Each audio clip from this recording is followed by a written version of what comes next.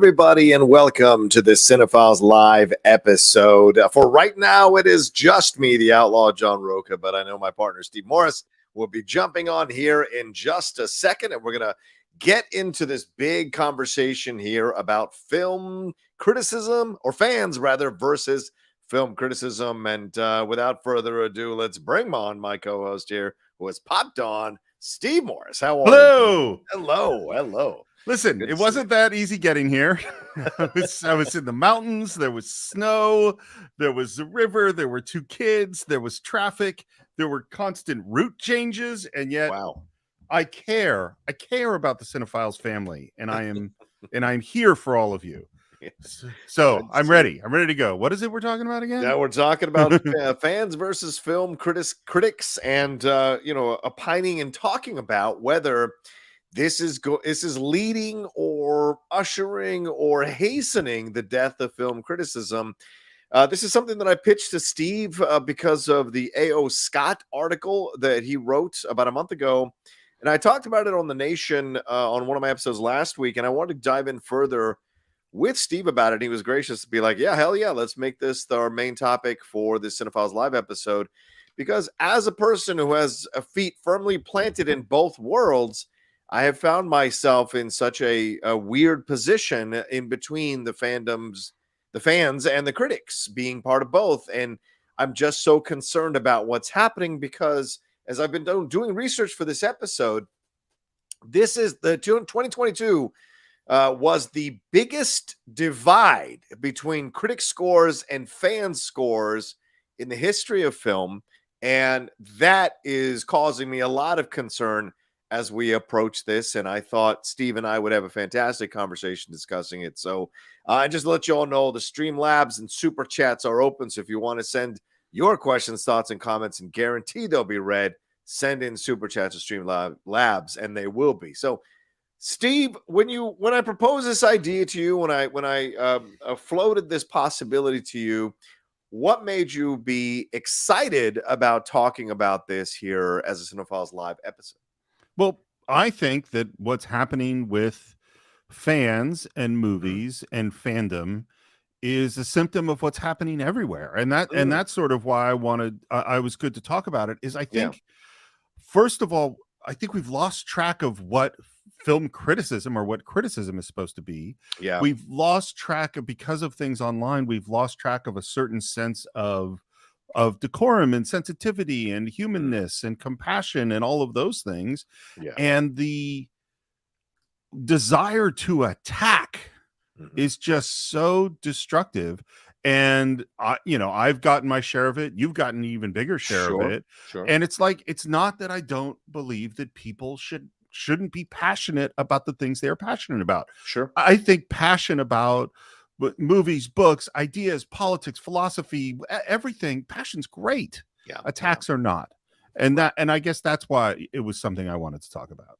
Yeah, I agree. And that's something that I look at and I see. And listen, it's not like part of becoming a film fan, right? Let's just stop there. A fan of films, a cinephile, which is, of course, our namesake for our podcast. But part of becoming a fan of films is finding those other people who are also fans of films, and then sitting at school lunch, sitting outside after school, going out and hanging out, going on that bike ride or hanging out playing video games, and you debate the film. What do you like the film or didn't like the film? What you enjoyed about the film? Those are the beginnings of film criticism. For the people that become film critics, those are the places where those seeds are planted, those ideas are born, and then you go and seek out other film critics that have already been established, have already been part of the pop culture zeitgeist of film critics, and you read their reviews to give you a better idea of how to analyze film and how to break it all down. I think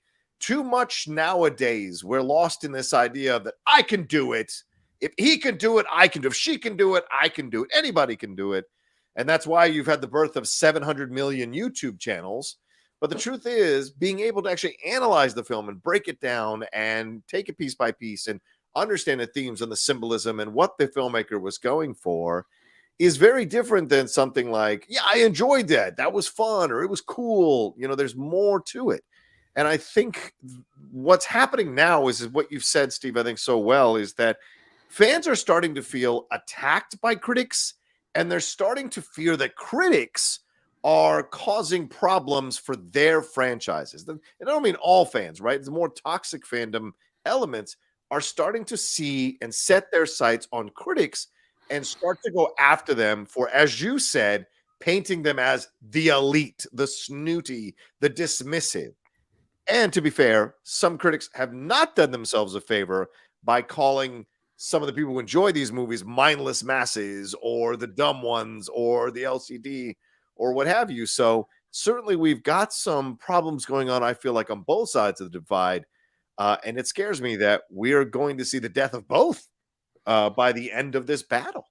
It's a weird situation. And I would say, first of all, yeah, I think criticism is an art. It's not an art at the complexity of making movies. There are very few art forms that are as complex as making a film. But there are critics who write beautifully and say things that can be profound and can enhance your experience of film in a huge way. But as an art, not every artist is for you.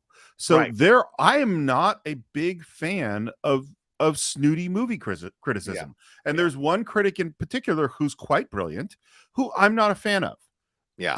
But just like with a movie, the fact that I'm not a fan of doesn't mean that the work that guy does isn't valuable. It is valuable. You know what I mean? Because there's somebody else who is a fan. And so like, and this is the thing. And I would like to bring it back to just a really simple point, which is that when you and I are talking about a movie, what we're talking about is this was my emotional experience when I saw this film. Mm-hmm. It's personal. It's this is how I felt, and how you felt is the truth. And it's not that I have to agree. You've seen movies and had a different experience from the experience I had seen that movie. And then you say, this is the experience that I had. Yeah. The fact that I didn't have the same experience doesn't mean you're wrong. Right. And that's like the thing that I really want to start with, is that this is my, so like we did, our last live show was Once Upon a Time in Hollywood, where we got more negative feedback. Yeah. Some of which was fairly harsh than we've ever gotten on anything. And the thing is we want our fans to be passionate. It's great that they're passionate. And it's great that people love that movie. Yeah. Like you and I have a strong reaction to the end of that film that didn't line up with a lot of people. Yes. And that's totally fine. But when you go, Rocha, you're wrong, you're an idiot. Morris, you don't know what the fuck you're talking about. You don't understand that movie. Well, no, that's the experience that I had. And I would like to go back to, again, it's like, I mean, you were in acting classes. I was in acting classes, in writing classes, stuff like that. When you got criticism, were you taught how to properly deliver a piece of criticism? Yeah. Yeah. I mean, for the most part, you want to make sure you're respecting the feelings, but still staying truthful to what you're saying to the person. So it becomes constructive rather than dismissive and reductive. Yeah. So if I thought you were totally wrong, which there are times when I have, and you thought I was totally wrong, I would go, that's a really interesting perspective you had. I saw this really differently. Yeah. I wouldn't say, John, you're a fucking moron. What the fuck is wrong with you? Right. Because that's not constructive. It's not useful, and this world where, and the other thing that I add to it is because people who are fans, when we get to like Marvel stuff and Star Wars stuff and all that stuff, people who are fans, it feels as if sometimes they think the movie owes them something. Yeah. Yeah. Or if they loved the thing that they're a fan of, that anyone who doesn't is therefore bad or wrong. And that gets into this toxic thing that's just, it's unhealthy for everybody across the board. The movie was the movie. Your experience was the experience. That's okay, Right, right. And I think the dangerous part of this, and I'm going to bring up A.O. Scott's comments on this as well. I think the dangerous part that for me, what I'm seeing now is people within my sphere of YouTube criticism and YouTube fandom, I see them blurring the lines in ways that are quite uncomfortable for me because... And yes, they're picking up subscribers, they're picking up followers, and that's all great for them, gravy and good money and all of that. But I've seen tweets and posts like, ignore the film critics, go and see this movie, or you know what? Go and see these movies, because if you don't go see these movies, they're going to stop making them. I don't care how terrible they are. And I think that's dangerous, especially if you're a person who is painting yourself as a pundit or a reviewer or a critic or even an influencer in the sphere. I think there is a responsibility that you have to present a point of view in a certain way. You don't have to denigrate the film critics in order to encourage people to go see the movie. You don't have to. And I think encouraging people to go see movies that are of low quality and are overwhelmingly received as low quality is a dangerous thing, because then you're saying, yes, go and frequent this movie, because then if it makes a lot of money, they'll keep making these movies. And if people are making a lot of money with movies that are with a medium effort and a medium overall effect, then that's the kind of movies that we're going to be getting more consistently as opposed to occasionally.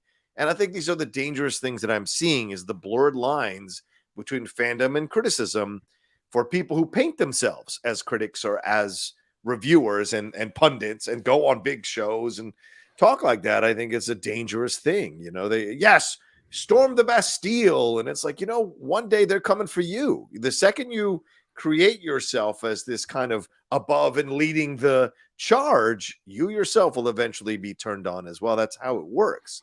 Feeding the rabid masses. So can I ask you a question? Yeah. And I don't know that there's an answer to this, but when you say critics or reviewers or pundits, do those have different definitions in your mind? 100%, or I wouldn't give them different names. So what is the difference? A critic is someone, for me, who is part of a critics organization and absolutely adheres to following a critic's ethos and a critic's point of view and approaches the films from a critic's eye. Reviewers are people who are just on YouTube or do work for these websites and just review the shows, mostly TV and occasionally film, right? They review it. They're not going to go deep into the symbolism and the mythology and dive into the nuances and all of those kinds of things. That's what a reviewer does, is giving you the basic overview. Maybe they'll go a little specific on certain things, but by the end, you should be able to read it within a minute or two, right? You should be able to go through 5 reviews or 6 reviews, depending on what you've eaten on the crapper. Like I finished an EW one. I would standardly finish an EW magazine on the crapper in one time. And that's what it's made for, right? EW is like a reviewer thing. Now, Gleiberman, some great critics have been a part of EW, so they are critics. But for the most part, it is that. So that's the way I look at reviews. Now, pundits are people who go on shows or have their own YouTube channels and talk about these things and speak about them about the franchises, all these kinds of things. So they're more about opinion based rather than analytical thinking based. So that's the way I, in my mind, define those 3 different things. So but they all cross section in movies. Right. So it's funny. I think your definition is better and more accurate than what was in my head, but I want to share a little bit of what was in my head, which is just that there is a thing which is like, I like this movie, I didn't like this movie. Thumbs up, thumbs down, right? It's real simple. Yeah. And that there are people whose opinions you trust when you're deciding whether or not to go to a movie. It's the Consumer Reports aspect. Yeah. Or the Rotten Tomatoes aspect. Great point. Yeah. Should I see this or should I not? There's also, in my mind, when I was in film school, there were a bunch of people. I got my MFA in film production, but there were a bunch of people who got their MFA in film criticism. Right. And you think about, we talked a lot about the French New Wave and how those were film critics. And those were people who were at an intellectual level, whose job they felt was to analyze film and to teach you about film, to give you tools to understand film that were beyond the sort of, I liked it, I didn't like it. And so it's like, while I don't think of myself really as a film critic. That's not really how I define myself. But I certainly think the Cine-Files is a show devoted to hopefully giving you tools to see the movie in a deeper way. You know what I mean? I think so. Yeah. And so I think that idea doesn't jibe very well with some of the way fandom works. Right. I think the Geek Buddies is a good example where I listen to your spoiler reviews because they actually help me appreciate the show, because you're telling me things I didn't understand about the show, not being within the fandom, So I think, it's like and I'll say one other thing, which is that the thinning out of what Hollywood does, because they're so focused on a certain set of kinds of movies, is part of the origin of this problem. You know what I mean? Yeah, exactly. And you mentioned the Geek Buddies. Yeah, when we do those reviews, I get a lot of pushback from some people who are in my sphere of like, why are your reviews so long? Right? Why are they 50 minutes on a 35-minute or 40-minute show? And the truth is because we approach it from a critic's point of view. I think when we want to break it down and analyze it and look at the symbolism and the themes and what's basically trying to be said here, because to me, that's a way of honoring the showrunners and the writers and the executive producers who are creating these TV shows or these films. And you're saying, I see you. Like, I see you, right? And man, whether I'm right or wrong, I see you. And I think that's a good thing, to be honest with you. And that's what scares me as we slide too deeply into the other side of things with the fandom. But listen, critics also deserve some pushback and some objective or constructive criticism for sure. But let's bring up A.O. Scott's thing that kind of inspired this. He wrote a whole article talking about him leaving, becoming a film critic. He's going back to doing literary criticism. I feel like that's even like they could be even worse sometimes. But he is going back to that because he's kind of hit this wall, and it's the toxic fandoms that have essentially moved him out of the job. And he started doing. He was the head film critic starting in 1999 for the New York Times. Manolo Dargis, I think, came over in 2010, 2011.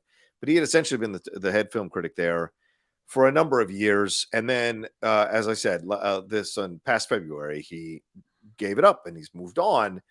But he wrote a long, retirement piece. And a piece of this is what stuck out to me here. It says, inevitable that movies sometimes abuse their power and mistreat the people they love, who love them the most. When my kids were little, they were regular companions at Saturday morning preview screenings. I often objected to the pandering cynicism of family-friendly films like The Lorax and Despicable Me. I also marveled at the Artistry Studio Ghibli and the sublime ingenuity of Pixar in its glory years. Similarly, I was pleased with the first couple of Spider-Man pictures, impressed by Batman Begins and The Dark Knight, which my brilliant colleague and fellow chief critic Manola Dargis reviewed, and admiring of the way George Lucas connected the mythic dots in Revenge of the Sith. But I'm not a fan of modern fandom.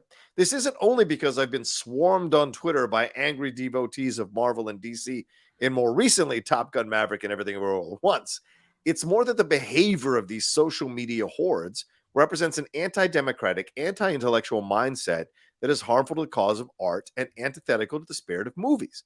Fan culture is rooted in conformity, obedience, group identity, and mob behavior, and its rise mirrors and models the spread of intolerant, authoritarian, aggressive tendencies in our politics and our communal life. This is something right at the end there that you had touched on earlier, Steve. So that's basically, I mean, the rest of the article goes on and gives a little more on both sides of these arguments of what he was coming from, but that's the gist of it there. And so, Steve, when you read something like this from a noted film critic who's done it for 20 years, came in 1999, or well over 20 years, rather, came in 1998, which is one of the greatest years for movies, and is now walking away from it because of the toxicity of modern fandom. And what he senses is these fandoms wanting to abolish any sort of intellectual approach to their films. I mean, the second half of that piece that you read is so damning, and you know, the connection to our politics is so strong, and it's this groupthink. It's the if you, whether or not it's a movie or a political movement or an idea, come to it with a preconceived notion of who the good guys are and who the bad guys are. Right. So if you're going, I see a person of a certain ethnicity cast in a role that I don't expect, and you go destroy them, having never seen whether the performance or seen the film or seen anything like that. Well, you are coming at this from a toxic place, frankly. That's my opinion. But the same is true if you go, all Marvel movies are crap. Anyone who likes that stuff is an idiot. You're coming to it from a toxic place. Right. But I mean, like, and this is the thing, and you and I for years have talked about the cheap seats and the idea of the people that hurl in criticism, not understanding how fucking difficult it is to make a film. Yeah. And so, like, coming in with a preconceived notion based on something small, not the totality of the experience of seeing the movie, not the ideas of the movie or the visuals of the movie, and just go, this one factor makes this thing horrible or great. And anyone who disagrees with me, I must destroy. We're in a really shitty place, Like I know I've said this many times when we had him on the show that I really like this guy, Charlie Cook, and I listen to the National Review, and I am angry every single time I listen to that show because their political persuasion is different from mine. And frequently I am not just angry, I am furious, smoke coming out of my ears, ready to throttle them because I dislike something that they say. And in every episode I learn something. And so what we don't balance is what going into a place and listening only to people who agree with you, or going into a place and despising anyone who disagrees with you. Neither of those positions are places where you get to learn anything. They're only places where you get to reinforce your view of the world. And movies, art, is supposed to be one of the things that you can learn from, that you could be challenged, that you could have new ideas, you could have new experiences, and no, you're not going to like them. I mean, like the movie, we talked about this recently, but like Triangle of Sadness is not a pleasant film for me. I found it to be extremely unpleasant. I doubt I will ever want to watch it again. And yet it is a powerful film, I thought, and that's part of the movie going experience. And what Hollywood is providing is like a lot of, we just want to make you feel great. We want to make you feel, which is fine. That's fine too. But that's not the whole thing. And that's part of what film criticism can do, is go, here, this is why you should see this film. And you might not like it, or this is the part you might not like, or you might find this hard, but this is why you should see, this is why it's important, Well, and this is what scares me. And, we're both of a certain age. So for us, we've like conditioned to be open to the fact of, something that A.O. Scott was in the great podcast you sent me, the episode of The Daily, where they're interviewing A.O. Scott, which if anybody's watching right now who likes A.O. Scott or wants to see or hear a critic's his point of view even more fleshed out, you should listen to that episode. It's really good, isn't it? Yeah, it's fantastic. It's like 43 minutes, fantastic. And the conversation he has about how he went to see these films when he was younger, and he used to see them by himself. He was essentially describing what I did. I would go see these films by myself. I'd go to the Shirlington. I would go to these, art houses to see these films. They weren't showing at my AMC multiplex in Dale City. I had to go find other places. I drove into DC to see some of these things. But for the first time, I would drive into DC to go see these movies. And it was about experiencing these films and opening my mind.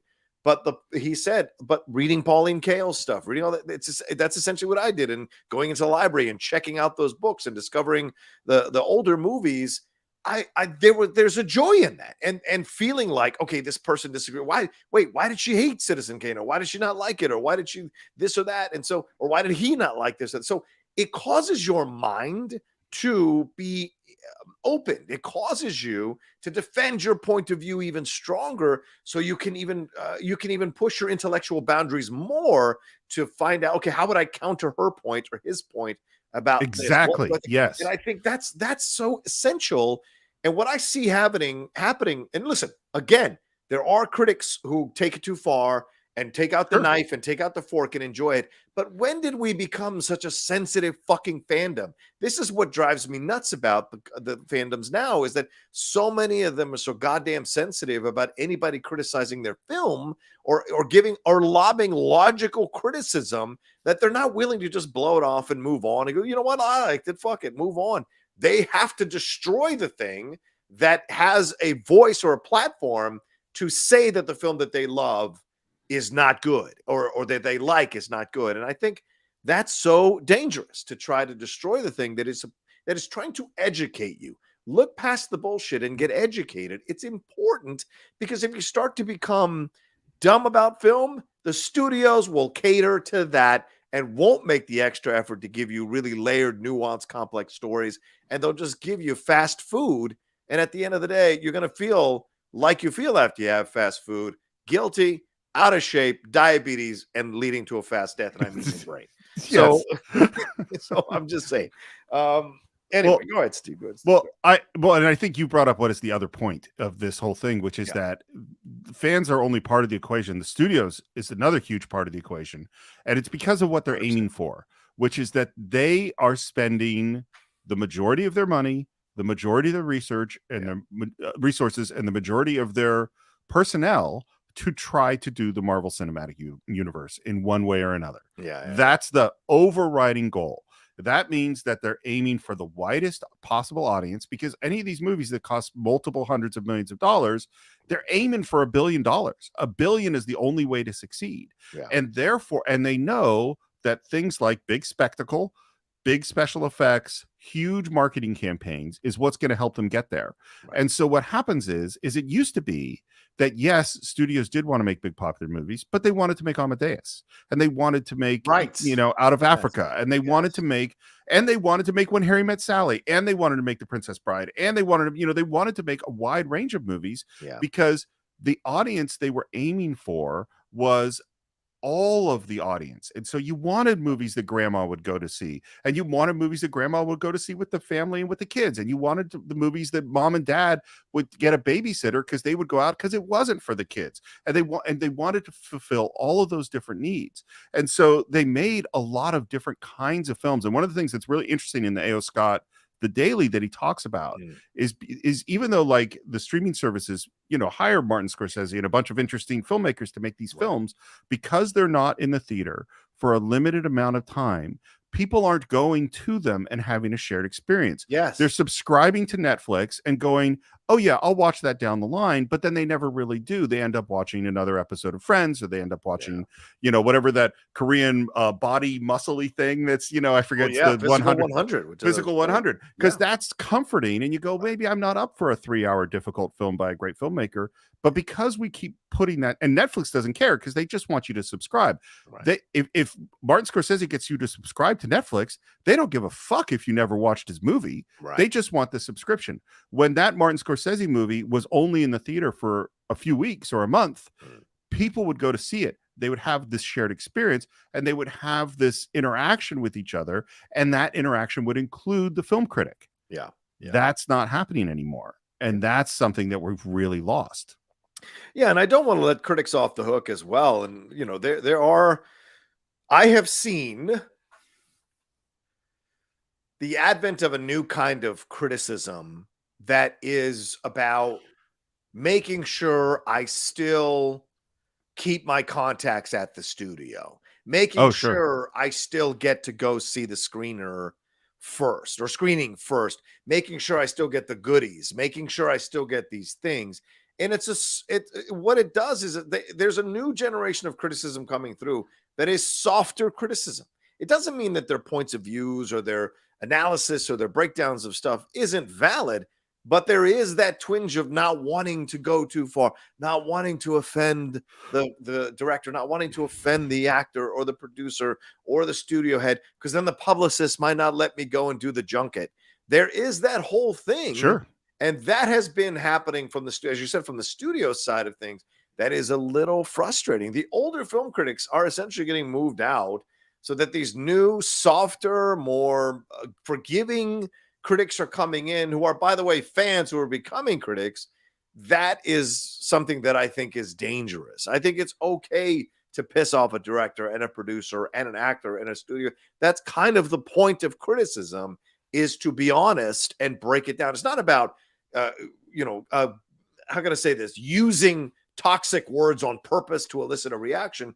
It's about being honest and breaking it down, and not ending with your criticism by saying, but if you like it, it's great. Like there's a thing here that you have to explore and discover. And I don't think a lot of, and the studios have conditioned these new wave of critics to essentially blackmailed them into thinking if you're too critical, you're not going to be able to interview this person, or you're not going to be able to get this person to talk to. And I think that's the dangerous part, because these sites want to stay alive, and they can't stay alive without content.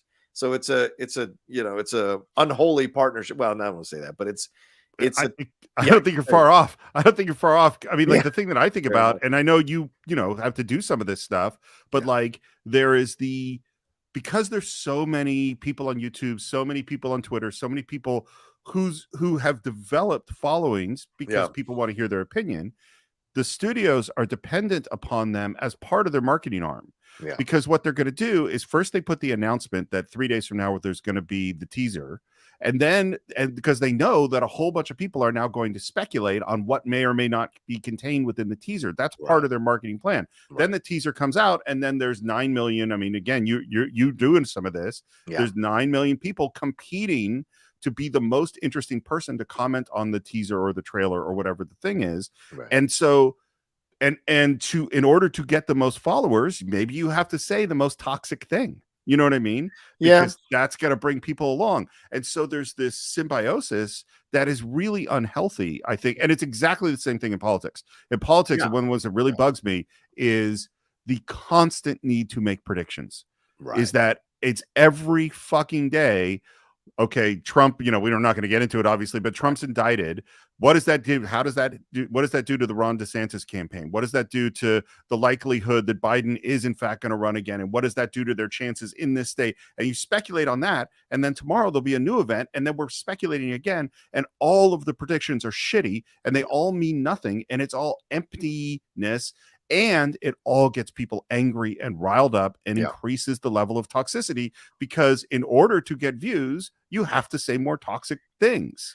Yeah. Yeah. And again, that's what I see happening on YouTube. There are certain channels that trade in on that kind of angry toxicity. The idea of, a person of color is in the lead, a woman's in the lead, and they do these thumbnails that get people to click on them, and then some of them lie straight to people's faces. Like, I watched some of those for the first half of that He-Man thing that Kevin Smith did, and some of those videos were straight up lying about what the storylines were with some of the characters in order to fit the narrative that they were pumping out. And to me, that is so similar to what we see on the political side of things. The misinformation is what drives. But the fact that people click on it in the hundreds of thousands, I think is really scary when you look at where we're going now. I think something you brought up earlier it's occurring to me right now in my head. In times past, we looked at mainstream movies to be a bit a little more educated, a little more intelligent. And so those are the films that people were going and were making millions of dollars at the box office and were really supportive. It wasn't until the superhero stuff started popping up at the beginning of the 2000s that things slowly started to more franchises. That started to change. Sure, we could go back to Jaws in the 70s, obviously in 77, or 76, but that's where we saw summer tentpole stuff. But I think where we really saw the seismic shift was at the beginning of the 2000s, when these superhero movies were coming up and people were starting to like them and saw what they could do. And then 2008 happened, and that's the launch of the MCU. And everything has changed since 2008. And so I just wonder where we're leading to, because the films that actually demand film criticism are much more smaller in terms of the quantity and the amount. They're more of the independent. They're more of the streaming films. They're not necessarily going to be the ones that cross over. Everything Everywhere All at Once is the anomaly. That is not the rule now. Right. That is the anomaly. And so finding a way to artistically create a multiverse, not an easy thing to do, and get people in the theaters to see it, also not an easy thing. Led by an Asian woman, also not an easy thing to do. But it got done, and it got rewarded for the anomaly that it was. But that's not going to be the standard. And so where I feel like, and I don't want to do the prediction thing like you hate so much, but I feel like where we're going isn't a good ending spot for getting incredible films at the volume that we used to get them yearly, back all the way up until like 2005, 2010. And to be real clear, it's not that I don't think we shouldn't. It's not that I think we shouldn't speculate about the future. It's the constant, and you hear it so much in politics. So what are the odds that this person wins the Iowa primary or whatever it is? It's like it's the meaningless predictions. To having a discussion about where we're heading is something that's important that we should have. I think part of it, this is where this term "great movies that ruin Hollywood" came from. Is the idea of a movie like Jaws makes Hollywood go, oh, it's easier to do. Like IP is the perfect example of if I have a built-in IP, even if it's something that's not huge, Yeah. I can guarantee I will get this many more people into the theater than I would before. Right. If I have this movie star, that will bring this many people in. If I have this kind of spectacle, that will bring this many people in. And the thing too, the importance of whether or not it's a good film can be pretty low. And I haven't watched like the Venom movies. I haven't watched I did watch a couple of these, like Aquaman I watched, which I think is a fairly bad movie. Yeah. And it made lots and lots of money. And Hollywood, Warner Brothers doesn't look at that and go, oh, the movie wasn't that good. That's a real problem. They're looking at it and go, that movie made a shit ton of money. Right. Keep doing what we're doing, you know? And so that's where you get, and again, the prestige isn't coming from winning Best Picture so much anymore. Right. No, that's, it's like it used to be like, look, we made, name whatever, we made Lawrence of Arabia. We made, whatever Best Picture you want to name. We made these great films and they also made money. Those things aren't happening on the big screen so much anymore. Yeah, Steve, it's a great point. And I think it's, as you're talking, it occurs to me that it almost feels like a sociological thing where the current generations rebelling against the older generations in their approach to movies. And so the rebellion of the younger generations versus the older generations being played out here through movies. We're going to go see these films. Fuck the critics. We're going to go see these films and see it multiple times. And people vote with their dollars. Or we're going to review bomb a film on Rotten Tomatoes or on IMDb or wherever to try to destroy it, like Black Panther, Captain Marvel. A lot of the reviewers wanted to bomb it so that it wouldn't make money, but it did. Both of those films made over $1 billion. And so it is working and it isn't working. It's working for a headline and for that contingent of people. They get a self-satisfaction that they drove the number down. But box office wise, the studios are still making their money if it's a good film. Now, Captain Marvel, not a great film, but certainly enough people enjoyed it that they came back and watched it over and over again. So it's just an interesting place now to see that there's a rebellion occurring in the kind of movies that are being made now for the masses. And like I said, I don't know what ends up happening as that becomes the norm, because I think 2022, we're going to look back on that year as a seismic change and where that leads us to down the road. In terms of the kind of mass entertainment films we're going to create, or studios are going to create for us to consume. Yeah, I want to go back to just restate this thing of that. One of the things, there are problems with film criticism. Sure. And there are film critics, who, like, I think one of the things we've always talked about in the Cine-Files is that we want to judge movies for what they're trying to be, not for what they're not. Right. So it's like, there are movies that I really have a great time with that I don't necessarily think are great films. Right. Yeah. And that's okay. And so if you loved Aquaman and you went to see it and it was great and you had a great time, that's totally great. Yeah. I have no objection. I mean, if you wanted my opinion, I might tell you the things that I don't think are so good about this film, but I can't really remember them because I'd had a few cocktails by the end and it just, blurs by. But I also think, again, it's what you said about fast food, is there's a certain point where it's like there's other things we can get out of film as an art form that can help us, having a great piece of entertainment, a great piece of mindless spectacle. That's great. That's totally, totally fine. It is not a balanced diet. And there are other things, because when we think of art, we think of this thing that is supposed to elevate us, that's supposed to make us better, make us think. And in particular, I would say the power of art to make us see things from perspectives that are not our own. Yeah. And in general, and I am in general a fan of the Marvel movies, they're not doing that most of the time, with the Black Panther being one of the exceptions, I would say. But it's not, I totally love Guardians of the Galaxy. I think it's great. And I'm moved by it, but it's not like I thought anything deep, it didn't change me as a human. It was fun. Right. Or even Joker making a commentary on our destructive toxicity within our society. Yeah, I agree. Let's hit some of these Streamlabs that have come, or SuperChats that have come through. Vincent Zawada says, don't feel like it's dying. It's just sadly a microcosm. That's everything in movies, politics, sports, which has toxic fans for decades. Yeah, Vincent, it's a good point for sure. I agree, but it's worse. It's Yes. much. I mean, yeah, were there toxic fans calling into the sports radio show in 1988? There Yeah. totally were, but it's worse. Mm-hmm. And I do think it's dying because I think more and more people who were critics like we grew up with reading and the critics that took over for them, I think as A.O. Smith signals, as those critics move out of those positions, we're not getting the same quality of constructive, incisive, intelligent, fearless criticism that we used to get. It's much more softer now. JMB says, woo, thanks, guys. Well, there you go. You're welcome, JMB. JMB also says, I imagine, maybe wrongly, that you guys would like to keep this to the realm of film criticism, but do you guys see a parallel between the ragey, anger-inducing, clickbaiting YouTube channels with certain news outlets? Well, JMB, I think we touched on that already and hit on it, but if you have something more to say on this one, Steve, I think we did cover it, though.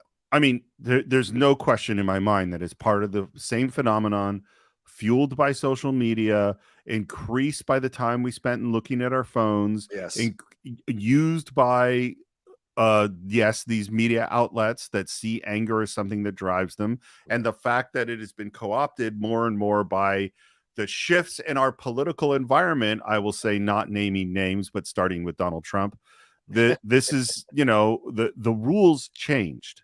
Yeah. And the things that you could say, there were things that just, it might have been bullshit, but we had respectful bullshit that has now gone away. Yeah. And it's because of the power of feeding toxic fans. Yeah. Agreed. Anthony Pomas says, a film like me is like air, an invisible element, but one that I need in order to stay alive. Film criticism is what the Cine-Files do with craft and resonance, but also joy. Oh, thanks so much, Anthony. That's very kind. It's very kind of you. Let's see. I thought we had one more to roll through here, or a couple more. Here we go. J&B also signing in. I want to know, where's my Rocha produced, Steve directed, Wendy Lee starring Star Trek the musical set in a mirror-esque multiverse? It is in your bank account when you can find $250 million to make that happen. Can I have a brief digression? Sure. Okay. My problem with the mirror universe is that one of the very few times I actually think the mirror universe in Star Trek is used well is in Mirror.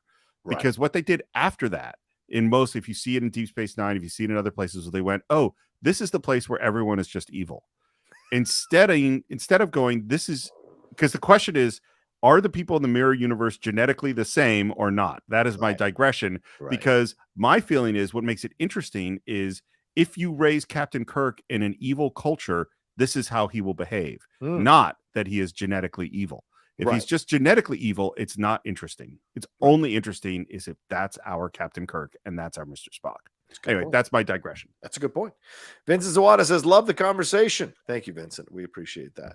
Thank you. We did have a Streamlab that came through here. Spencer James, I think that Rotten Tomatoes has hurt the validity of film criticism, but also the way studios treat Rotten Tomatoes. If a film is fresh, they advertise it like crazy, but if it had a bad Rotten Tomatoes score, the stars will come out and say, it's a movie for the fans and not the critics. I think this is an interesting point. I like this from Spencer James. As a Rotten Tomato films critic, which I am on the tomato meter, I have always defended Rotten Tomatoes because I have used it for what it is good for. And that is to enlighten me with criticism from other critics, because they link to other critics' reviews and breakdowns and criticism, essays and stuff there for you to enjoy. So if you see a film or you're curious or interested in a film, then there are film critics that you like. You can read their criticism and decide for yourself if you want to go see the movie. Now, I agree with you. In our fast-paced world, an ADD world, ADHD world, people are like, oh, what's the score? Great, I'm going to see it. No, it's not a good score. I'm not going to see it. I'm not going to waste the money. Also, because film costs more now, go see a film and whatever. So there's a lot of things, but Rotten Tomatoes is just a tool. It is not advocating the death of film or film criticism or anything like that. And I think people put way too much power in the Rotten Tomatoes score as a way of saying like, oh, this is destroying films. yes, do studios use the Rotten Tomatoes score? Yes, they do, because the audiences will see that it's fresh and go, okay, this must be good. I'll go. That's their job, to advertise the film, to get as many butts in films as they can. That's the marketing department's job. But you won't see too many that advertise that a film is fresh when it's 60% fresh or even 70% fresh. It's not usually till you get to the 80, 90% fresh that the studios use that. That's the difference there, I think, when you're looking at Rotten Tomatoes. But I do agree with what you said. Steve, please chime in on all this. That I think it's toxic and detrimental as fuck when actors, directors, or producers say, well, we made this for the fans. The fans love it. The fans should go see it. It's about the fans. Bullshit. You made things to be liked by everybody. Don't lie. And you can, I know you're trying to promote your film, and I get it, but there's just this hatred of criticism that spews out from creatives sometimes that I think is dangerous as well, and adds to the toxicity that motivates these channels and these fandoms to default to the or flip up the toxic switch. I think there's so much here. I'm trying to figure out how to what to say first, but this is what I'll say first is that the idea of we made it for the fans. Yeah. It gets into a weird, we've talked a lot about fan service, but I think a good example, probably the best example, there are two fantastic examples recently on television, and they are The Last of Us and Picard. Yes. And the thing about both of those is, are they 100% servicing the fans? Yes, they are. If you are a fan of either Star Trek in general and Next Generation in specific, you are getting all sorts of wonderful goodies that are making you smile. And the same is true of Last of Us. My understanding is if you played the video game, which I haven't, but you're getting all sorts of stuff that's making you happy. And none of that stuff, particularly I'll say with Last of Us, is necessary to enjoy that show. That what they are doing in both of those cases is they're trying to make great fucking television. And they're pleasing fans along the way. There's a lot of stuff now where it's just like, we just need to give the fans the candy that's going to make them come to see the movie, even if the movie is not all that good. Getting back to the Rotten Tomato thing, I think, and I'm not on there very often. I don't go there very much, but it's a tool, I think. Right. And to use it as a tool, like if I look at this and I see, like, for instance, I went because I was curious and I looked at John Wick Chapter 4, and it has a 94% with the tomato meter and a 94% audience score. Yeah. That tells me that I can have a pretty good sense that it's going to deliver on what a John Wick movie is supposed to deliver. Right. You know what I mean? Like that can give me some confidence. I've told you about the jelly bean jar thing, I think. Remind me. So the jelly bean jar thing is you'd be at the county fair and there's a giant jelly bean jar and you'd have to guess how many jelly beans are in the jar. And basically all humans suck at this. We're all terrible at it. Nobody is good at it. It's not a skill anyone can learn. But the more people that guess, if you average everyone's guesses, the closer it'll get to the actual number. So that we as a collective can guess how many jelly beans is in the jar. But as a individual, you're fucked. You can't do it. Right. I use Yelp a lot for restaurants, not because I read individual reviews on Yelp, because most of them are dumb and useless. Yeah. But if I see that 1,500 people reviewed this restaurant and it has a 4.5 stars, I can be confident that that restaurant probably knows what they're doing. You know what I mean? Yeah. I use the jelly, and that's what I think about with Rotten Tomatoes, is that individually, if I looked at any of those reviews, I might agree, I might disagree. Right. If in general, the audience score is high and the review score is high, I have a good sense of that.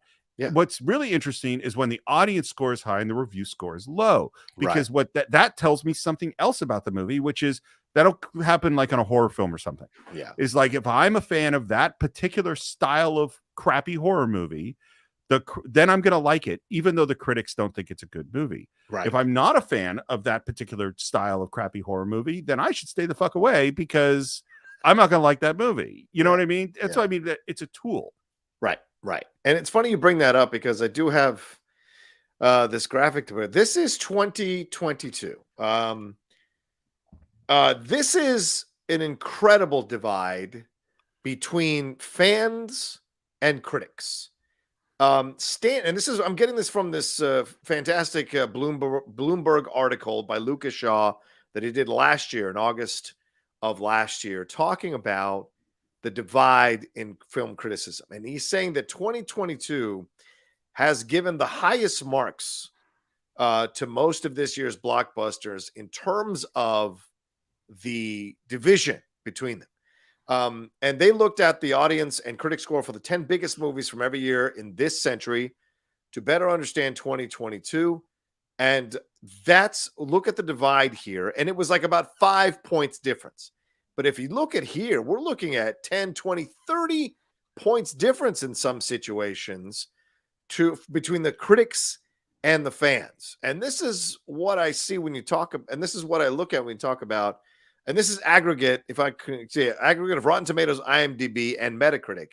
Mm-hmm. And so you're looking at that and you're just like, this is where we're starting to see patterns starting to concretely, not develop, concretely take hold here in how fans are looking at films versus how critics are looking at films. And I personally don't see a way back. And it's unsettling and it's sad because you look at 2005's numbers, this is much closer. Well, so that's 2015's numbers there. Look how close the fans versus critics are. It's only a few. And this is only 7 years before, right? And the 2005 numbers are even closer. Is it 9? Those numbers, see the numbers there for 2005 is 9, 3, 11. There was the King Kong and War of the Worlds difference, but then there's Madagascar, Mr. and Mrs. Smith, Batman Begins with only 11 points difference, and Hitch 1 point difference. So it's much more closer when you look at these films. And then if you look at and that's 2015. If you look at how critics have been reacting to Marvel films, the numbers have started to consistently go less and less since 2008, where we started with a high of 86.5. The highest we've gotten, of course, was Black Panther with 92. But you look at Endgame at 86. You look at Infinity War 76.5. But down here, it's Doctor Strange, Thor, Love and Thunder, 61, 67. Spider-Man got a little better on 80. But you're seeing that these critics' scores go down for the Marvel stuff now, starting to become a consistent pattern. And you're looking at the differences between critics and fan scores over like 10-year segments.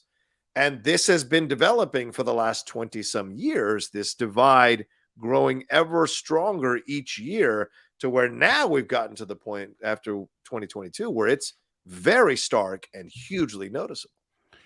I think so. We came up with our Marvel plan to do them on the 10-year anniversary of the release, and that required that last year we did a ton of Marvel movies, more than I think either you or I really would have wanted to do. Right. And there's no question that we got pushback from our fans of people going, "Come on with all the Marvel stuff," and you and I are going, "Look, we're just trying to get through this, and now we'll get to a more reasonable number of just 2 or 3 a year." But I get it, and if I was a critic. And if I were A.O. Scott and the Marvel movies just keep coming at me and I keep having to review them, I would get tired, It's tiring. And the thing is, they have been less good. And yet the numbers are still, I guess that some of the numbers are less. Like I know Ant-Man was less, right? Yeah, Ant-Man is right. And this is what's brought the critics thing. Ant-Man and Shazam 2, Ant-Man 3 and Shazam 2 coming out at the same time. This has really caused the battle to flame up again because a lot of critics were irresponsibly going on social media or not critics, how can I say this? Pundits or reviewers were irresponsibly going on social media and telling people to go see Shazam. And I can't help but think that, well, your job depends on these superhero movies staying in existence because you host shows about this stuff. You host panels about this stuff, There is a kind of self-serving element to that I think is dangerous. Whereas people who actually want these movies to be good, what you want to do is encourage people not to go. Although I would never tell anybody not to go, but maybe by your criticism or your review, you're encouraging people not to go because you want to send a signal to the studios, do better, work harder, create better product, so that we can talk about it in a positive way and fans can come and see it multiple times. So that's why I think Warner Brothers is keeping Ezra Miller as Flash and didn't just scrap the movie, because I think like Top Gun Maverick with Paramount, they know they have a massive blockbuster on their hands. That Andy Muschietti has done an incredible job with this film, and that's why they know the critics and the fans are going to like it, and they're going to make a lot of money off of this. And so I think that's the dangerous part of it, is to lead in, how can I say, lean into the idea of, well, whatever comes out, we should all go see it because they'll just keep making it. And if we don't go see it, it'll end.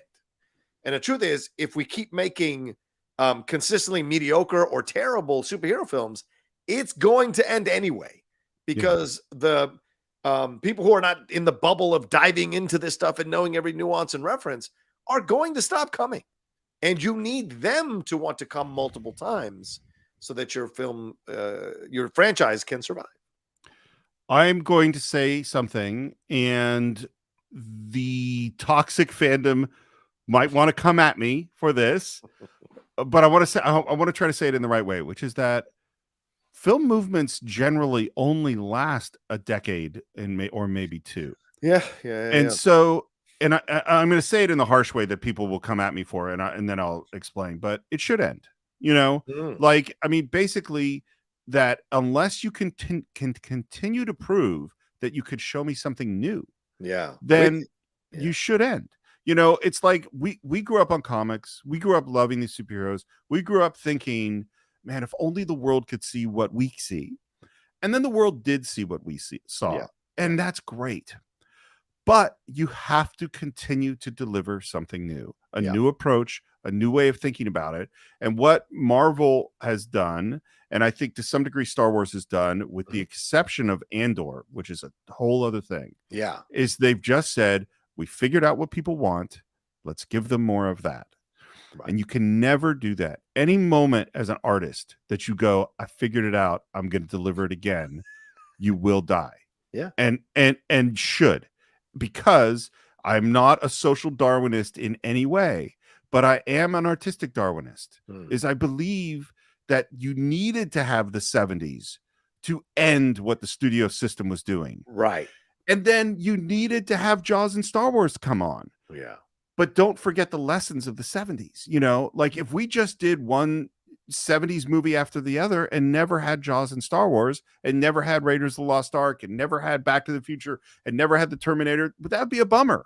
Like, we need the new, and then we need, like you talked about 99, like that we need the Matrix and Fight Club and Seven and these other movies. We needed, I mean, I'm sick of Quentin Tarantino at this point, but we needed fucking Quentin Tarantino in the 90s to say fuck you to the 80s. And now we need new filmmakers and new artists. And can they be superhero films? Absolutely. They totally could, but they also can't go, we're just going to do that again. They have to go, no, I see a different way to make a superhero film. Yeah, it's an excellent point, Steve. And something I've been saying I used to say on Collider Movie Talk when I was on it, but also on my channel, on my shows recently, it's just like, if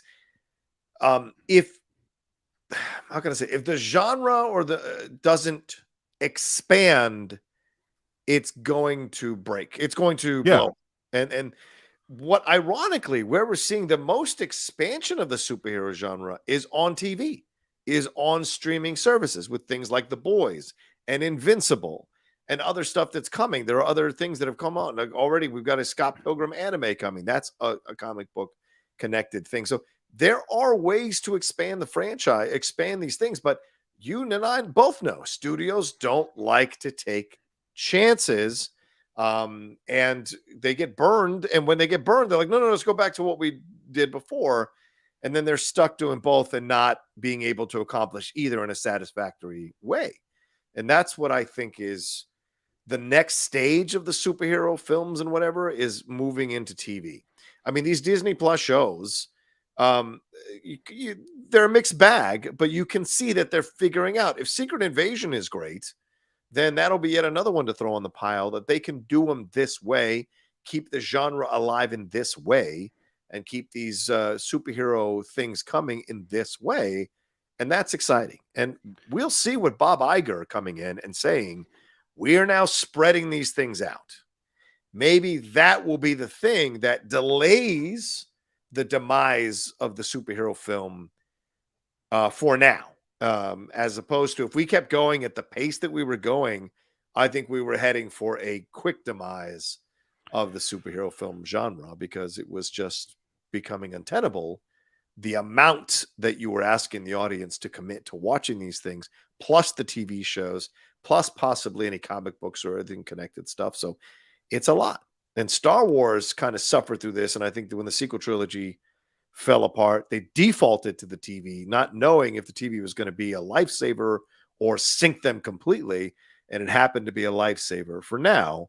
And we'll see where that leads us to as we're on the precipice of Star Wars Celebration and then possibly announcing 3 new movies. So I have several thoughts. The first is I'm far less sanguine than you on the superhero on TV. I think with the Marvel ones, basically I've enjoyed some of them, but none of them have hit it out of the park, and most of them have had a lot of drop balls and a lot of errors for me. I Good want usage in the opening day being yesterday. Good usage there. I hadn't even thought about that, but I guess I get extra credit for being lucky. At least I didn't call, like, you know, go into mix my metaphors and make football references. I succeeded there. The thing I want to say, which really just occurred to me, is I really think that Quentin Tarantino in the 90s is directly equivalent to Frank Miller and Alan Moore in the 80s in comic books. Yeah. Is that really comic books were stuck in a bit of a rut. Right. And then Frank Miller comes along, and I'll say Frank Miller in particular, although I absolutely love Alan Moore, but both of them, and says, I can take these same characters that you've been telling stories about forever, and I can take them to a place you've never seen before and make them fresh and exciting and new and thrilling. And I remember I was on the Marvel list because I'd done some writing for Marvel in the mid-90s. So I very briefly got all the Marvel comics. It was like a stack this big every week, you know, and it's because there had been a huge boom in comics in the early 90s. So they were putting out so many books, and they all sucked. Because they diluted it. Yeah. They diluted the talent. And that's where I think we are with superhero movies and superhero TV shows and Star Wars TV shows right now, is they went, oh, people want this stuff. Let's make a ton of it. And the quality has come down. And just like with Tarantino and film in the 90s, just like with Frank Miller and Alan Moore in the 80s in comics, there is an opportunity. And Andor is the perfect example, I think, of doing this. Yeah. There's an opportunity to say, I could take that world, I could take that universe, I could take those ideas, and I can show you something you've never seen before, and it's going to be amazing. And that is what all of these genres need. And the thing is my guess, that makes the film critics happy. Yes. You know? Yeah. To bring it back to that, it's like, great, show me something new. Show me something I can talk about. I mean, frankly, I went to see Ant-Man in the theater by myself, and you and I haven't talked about it at all. Yeah, no, I found it so completely average, and you know, just like, okay, I saw that, you know, and it had a bunch of big scenes, and it had actors who I like, and had the stuff, and I just didn't care, you know. Yeah. And I haven't seen Shazam. My guess is I would like that even less, just from what I've heard and seen about it. Yeah. And it's like, man, you need artists. You need someone to come in. And again, this goes to what was so great about Ryan Coogler and Black Panther or with the first Guardians of the Galaxy.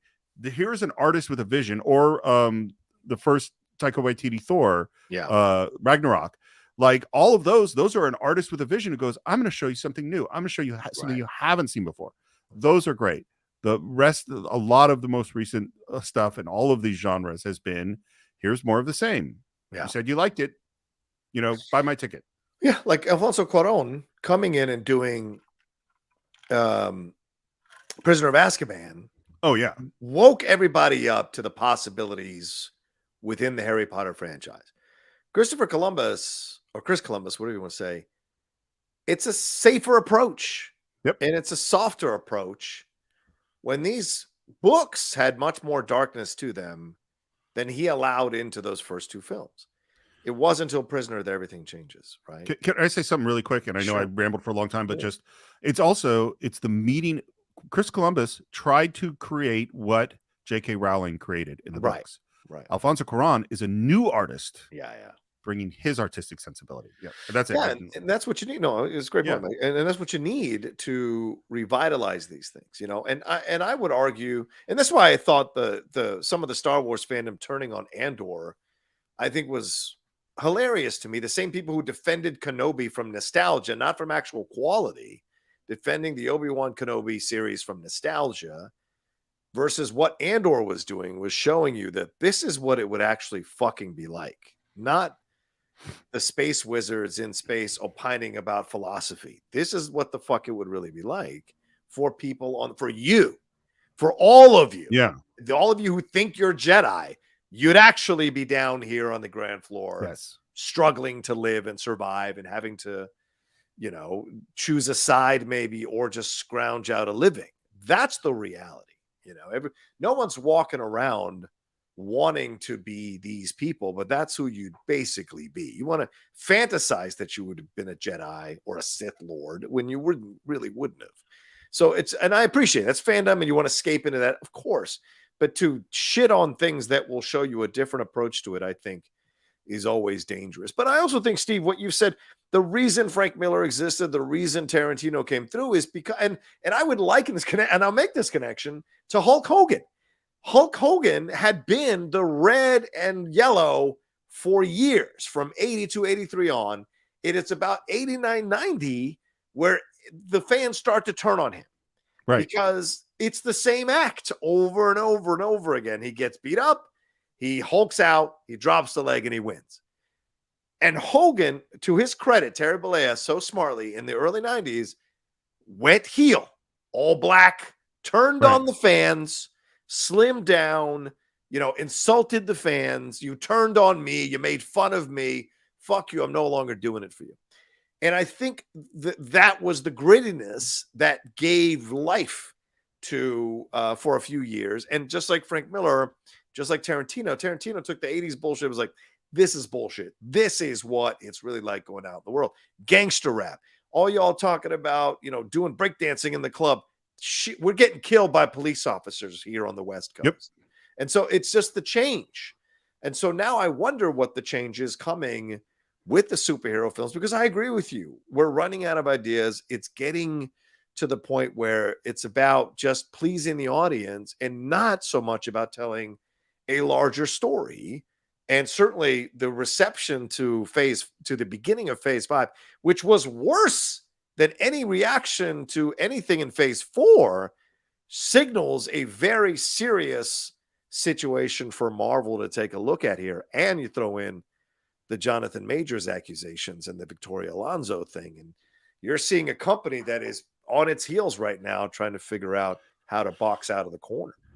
I think one of the things I agree with all that, and I think one of the things that we lose sight of is this is an art form, and art comes from individuals. It comes from people. It doesn't come from corporations. Yeah. It's not that a corporation can't be a great supporter of the arts. Yeah.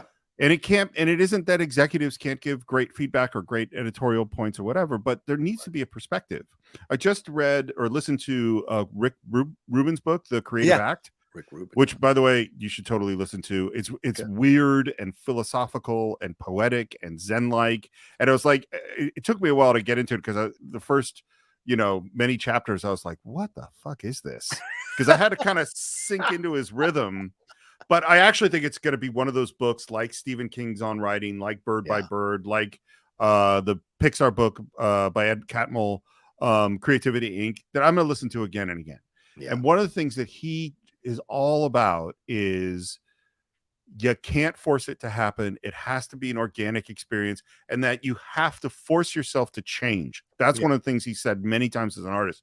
Create a situation where you can't rely on your bag of tricks, where you can't do it the way you did it before, and force yourself to grow, to experiment, and in all likelihood to fail. Because I think that's one of the other things, because the budgets are so big of these movies. The fear of failure is really, really high. And it also means that individual artists can't go into areas that might be a little more difficult. When you talk about Frank Miller and Alan Moore, when you talk about Tarantino, or you talk about PTA, or you talk about any of these filmmakers that come along and shook things up, or the films of the 70s, they're all going into areas that are dangerous. They're uncomfortable, and big, huge corporations don't want to be in the business of going into areas that are dangerous or uncomfortable with a $250-300 million movie. They can't do that. Yeah. And so the freedom for the artist to go like, I'm going to try this. I'm going to play in these dangerous waters. Yeah. Well, that's not going to happen in a Marvel film. Yeah. And I'm going to be very curious to see once this bubble pops, Steve, who leaves film criticism, who ends their YouTube channels, who walks away, who shuts down their websites that cover this stuff because there's no longer a taste for it. And they can't transition into the new thing. And that's going to be very interesting to see, because one of the things at the tail end of my time at Collider, it was, and one of the reasons why I don't run back to work at an outlet, and it's certainly seeing all the layoffs from a number of outlets recently, is the guy who they had hired to come in and quote unquote change things. His brilliant idea was to turn us into, in essence, a PR firm for the studios, right? Where we would never criticize any of the films, say anything negative about any of these things, and we would just create reviews or create videos or write articles that were nothing but glowing about all the films. And his logic at his 24 years old, the kid, was, well, they're not going to want to bring their artists or their actors or their producers or their directors to come be interviewed by us if we criticize their movie. And it's like, that's the fucking problem. That's the job. Yeah, exactly. It's literally your job. Yeah. So it's of course it's now completely different, new ownership, and they've hired a bevy of diverse writers, and it's completely, I love reading their stuff now. But at the time, it was one of the most aggravating experiences, because when they were making that change, I was like, I can't do that. I can't be here. I can't look at myself in the mirror and do that kind of stuff. You've got to be honest about these things. And so it was just so frustrating to see that kind of, and I see that happening now with some of the new level of critics who are afraid. There are a lot who are still out there bold enough to say their piece, but there are more than I would like to see that are more about preserving their contacts than they are about telling their actual truths about films. And that's the scary thing. Again, there's the connection to the political, where so many reporters are desperate to maintain their access. Right. If I piss this congressman off, I'm not going to be invited to the event where they do the thing, and then I won't be able to get my interview.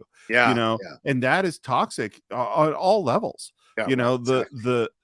The point to honorably and honestly do film criticism, you have to be honorable and honest. Yeah. And that means that you're not going to like everything. Right. Right. Yeah, 100% agree.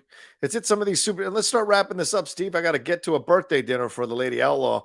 Paul says, what comes after the end of film criticism, John and Steve? What comes after the end of film criticism? So I don't think it's going to end. Okay. I think there'll still be people that will do it. Yes. But I also, it's a really hard question, because I absolutely think that everybody should be allowed to express their opinion. And I think that's great. Yeah. And I absolutely think that there is a real need for expertise. Yes. Where people who actually like it, there are times where I listen to some podcasts, I will not name names, or see some people on social media, again, no names, where they will say, I think this, and say a thing that sounds like a fact, when it's really clear that they actually don't know whether that's a fact or not. Yeah. And if 100,000 people listen to that thing, then there's 100,000 people thinking a fucking thing that's not a fact is true. That's true. And you know me, like, I really try to know what I'm saying. Right. And I frequently am wrong, and I try when I'm wrong to say, shit, I was totally wrong. Hey, everyone, I was wrong. And that's not the world we live in. So I really, really worry about hey, everyone gets to express their opinion, and whether or not it's true or factual or based on anything, it doesn't matter. I worry about that. Yeah, that's fair. And I agree with Steve. I don't think film criticism is going to die, but I think the level of film criticism that we have been enjoying, and we have enjoyed, that inspired so many people to become film critics or to become filmmakers, I think is dying. And I think that, to me, is heartbreaking, because there are not many critics I turn to read their stuff. There's only my friend Drew McWeeny, William Bibiani, a few others that I still read their stuff consistently because it challenges me. They Right. don't always agree with me, and I love the way they challenge my intellect because it's just like your brain is like a knife. You got to keep sharpening it, Yeah. or you're not going to be able to use it when you really need to use it. And the way to sharpen it is not to have everybody kiss your fucking ass and your intelligence. The way to sharpen it is to challenge yourself, to walk into the fray, to be willing to have your points of views challenged, even if it's by someone who's written an article rather than directly challenging you. It's a great way to stay sharp. And I think too many people have forgotten that. And certainly within these fandoms, you have elements of this that are elements of people that are promoting this and promoting just kiss the ass of DC or kiss the ass of Marvel or kiss the ass of Star Wars. And that's not how you get quality entertainment in any way, shape, or form. It isn't. It's how you get worse. Yeah. Well, I think you and I don't think I've ever actually said this out loud, but I think you and I have really benefited from 7 years of serious conversations about film with each other. 100%. Not because I've agreed with everything you've said or Right. you've agreed with everything I said. In fact, frequently it's because we didn't agree. Yeah. It's and you and I have similar taste in film in general, but like Yeah. the fact is you come at the movies from a different perspective than I do. And Yeah. every time I hear your perspective, I go, huh, not because I learn from hearing the other perspective, even if I don't agree with that perspective. Right. It doesn't mean you have to agree. It just means you can see it through new eyes. That's Well, all. if we got on the podcast and you said everything that I already thought, in addition to the fact it would be a boring fucking podcast, True. I would have nothing to learn because I Right. already thought all that stuff. Exactly. The only way I learn is by hearing people say things that I don't think. Yeah. That's how you learn. Well, and that's why people come at me sometimes on my channel. And I don't mean coming in negative, but they go like, why don't you just do like 5-minute pieces or 10-minute pieces on these big topics? Why don't you just do why do you go live? And I go live because I love to hear what other people have to say, who are watching me, to enjoy their perspective, their analysis, their criticism, their points of views. Like I get such a joy out of that because it's a way to challenge my mind, a way to be like, I don't want to just see it my way. What are other ways that I'm missing? Right? It's not that I don't have confidence in my intelligence. It's more a matter of like, I have confidence to be able to understand other points of views and still have my own point of view when it's all over. And so that's the thing that I sometimes have to bite the bullet on because I don't get as many views on the live shows, but I enjoy doing it because I think it's just better for me overall processing what I'm talking about. So just real quick, what metaphor just occurred to me that I know you'll appreciate, which is that they always say that the best athletes, the best boxers always existed at a time where there were rivals that were that could really come at them, whether it's, Ali and Frazier and Foreman, or, it's like there are these eras where it's not just, if it's just one person's great, they can't really be that great. Is that this is why I continually try to listen to and read sources that I strongly don't agree with. And I try to find the best ones who are really could kick the shit out of me, because the more my brain gets the shit kicked out of it, the stronger my brain gets. Again. Yeah, exactly. It's like training, for fuck's sake. Yep. Paul says the end of the superhero movies is not good for struggling movie theater industry. That's a fair point. Fair point. Yeah. A very fair point. But if you live by the sword, you die by the sword. That's the game. And so all these multiplexes expanded to mirror what was happening with more and more bigger films, bigger quality approaches from the directors like Cameron and other people, Lucas, Coppola, wanting the films to be presented the best way. But, like all things, it comes to an end. And don't be surprised if these mom and pop movie theaters start to rise back up again, because these multiplexes have gone away, Yeah. There's still the mom and pop bookstores out there, people, along with the Barnes and Nobles. And even those have a lot of those big bookstore companies have crashed and burned as well. JMB says that Lady Outlaw is a keeper, watching wrestling on her actual birthday instead. Hope you got an amazing night planned. Happy birthday to her. Yes, we're celebrating tonight and on Sunday, because I will be doing live watch-alongs of WrestleMania over the next 2 nights on the Outlaw Nation channel. She is very gracious, because her birthday is tomorrow. Very gracious to let me have both those evenings to do that. Doug sent us a Streamlab. Do you guys think sometimes critics fear criticizing well-reviewed films because they are afraid of being called a racist or a bigot?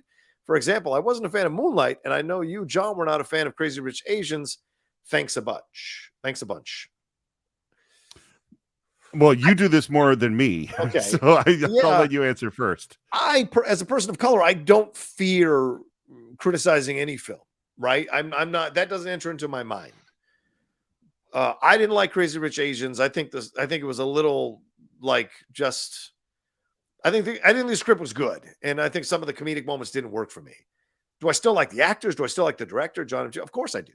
But it just didn't work for me. But the fact that it made all this money and was representative of the Asian community and did a fantastic job for showing representation, I absolutely applaud that. So that's the way I approach something like that. So I don't, but a white critic might fear these kinds of things, certainly because people are more in tune to how that criticism in the past has dismissed communities of color or underrepresented communities in these films, and has let certain representations pass without any criticism in previous films.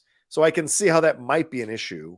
But I don't think so. The well-established critics find a way, the intelligent critics find a way to speak about not liking a certain film without sliding into any kind of dog whistles or what have you with their criticism. So I think the smart ones know how to do it.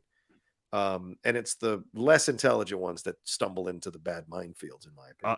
I will be very honest. I won't speak on the criticism thing because I don't consider myself a critic in that sense.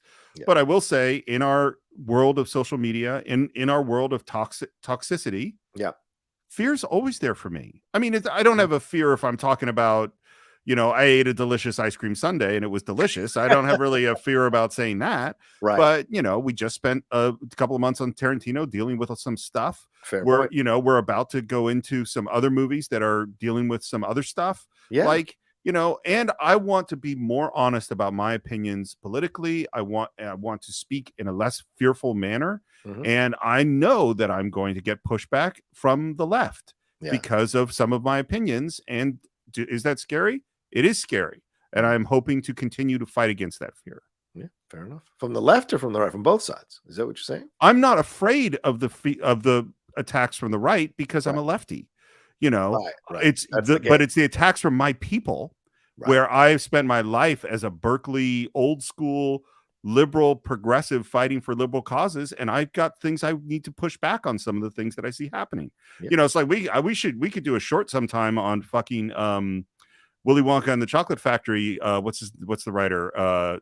Just went out of my brain. Oh, is it Roald Dahl? Is that Roald Dahl? Rewriting Roald Dahl to please a more liberal, less mean-spirited thing. And I'm like, Roald Dahl's mean-spirited. That's what those books are. Yes, I know he was anti-Semitic. You don't rewrite his fucking books. That pisses me off. So those are areas where I will disagree with some more lefty causes. Yeah, fair point. All right, but there we go. Thank you all so much for joining us for this fantastic conversation, at least in my opinion, fantastic conversation about, I liked it too. Yeah, good. About toxic fandoms versus film critics, and if that's leading to the death of film criticism or the death of those franchises that these toxic fandoms love so much due to the possible mediocrity that could come out as a result. Steve, what do we have to tell the people who are watching about our show? Well, it is the Cine-Files, and if you're watching it here on YouTube, that's fantastic. You should subscribe and like it here. You should also subscribe to it on your local podcast feed because that's where we're primarily, and that could be Apple Podcasts or Spotify or Stitcher. And if you happen to be on Apple Podcasts, we'd love your reviews. You can buy or stream every movie we've ever reviewed on Cine-Files.net. And on patreon.com/the Cine-Files, we just released an epic conversation on AI that was terrifying and fantastic. Yes. And so the only way to get that is to become a supporter on Patreon. We have huge new plans coming for Patreon. We have been in serious discussions, and there's a lot of announcements coming there. And I want to make one other announcement, which is that next week we are doing something very unusual on the Cine-Files. Since we just did our season of Tarantino on KCRW, which is the local and unbelievably great NPR station, they just put out a series of podcasts called Fade In, Quentin Tarantino, and Pulp Fiction. And they are a fictional audio dramatic telling of the beginnings of Tarantino's career. And we were fortunate enough to have Mark Ramsey, the producer, director, writer, and star of Fade In, on the Cine-Files. We did an interview with him, and in addition to that interview, we're going to be releasing the first episode of Fade In right here on the Cine-Files. So that's a totally new thing for us. We're very excited about it. The interview was fantastic, and we think you will really like it. Yep, there you go. Well said, Steve. Yeah, you guys are going to enjoy it. We had a really great time interviewing Mark. It's going to be a lot of fun for y'all to listen to as well. All right, as for me, you can follow me at the Rocha Says. Did you already say where they can follow you? Oh, SR Morris, it's right down there. And of course, Enterprise Incidents, where we are halfway through the animated series. And we just had a fantastic guest last week. We had the painter, Alex Ross, on Enterprise Incidents. It was an absolutely great conversation. Yeah.